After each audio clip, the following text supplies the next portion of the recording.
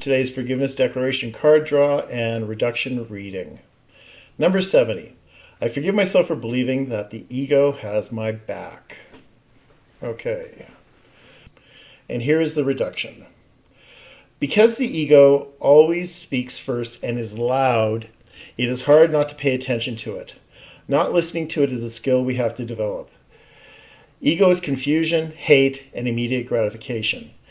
As much as we'd like, the ego isn't going anywhere because it never sleeps.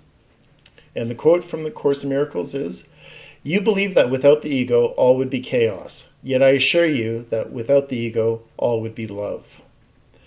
And of course, that is Jesus speaking there when it says, "Yet I assure you." That is, Jesus giving this message, because it was Jesus that basically was giving it to Helen, and when she first started not channeling it, but first started.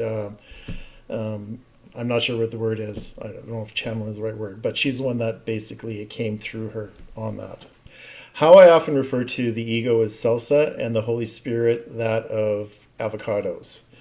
And salsa, it's salty, it's got spice in it, it's got a lot of flavor, it's a lot of pow in your mouth.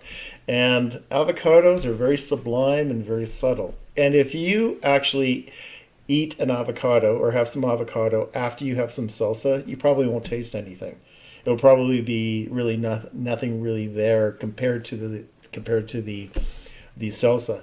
And that's what the ego is. It's loud, and it speaks first, and it's in your face, and it's easy to attend to. It's hard to ignore because it's clamoring, and it's saying all these things that are going to happen. It's making these predictions. It's taking you out of the here and now. It's there and then. It's drawing from all your past guilt and shame that you're bringing, that's got brought into the moment and then projected into the future, and it's a freaking mess. The ego never has our back. The ego may think it's protecting us, but it's not.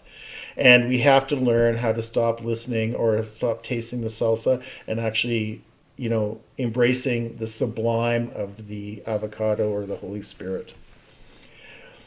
Because it's never going to be quiet, and it always speaks, and it's always going to be there. So we have to develop the skill to hear something different and not hate that it's there, because as much as I often hate the ego and what it says, I still have to learn how to pay attention more to the Holy Spirit and get quiet and tap, connect with God.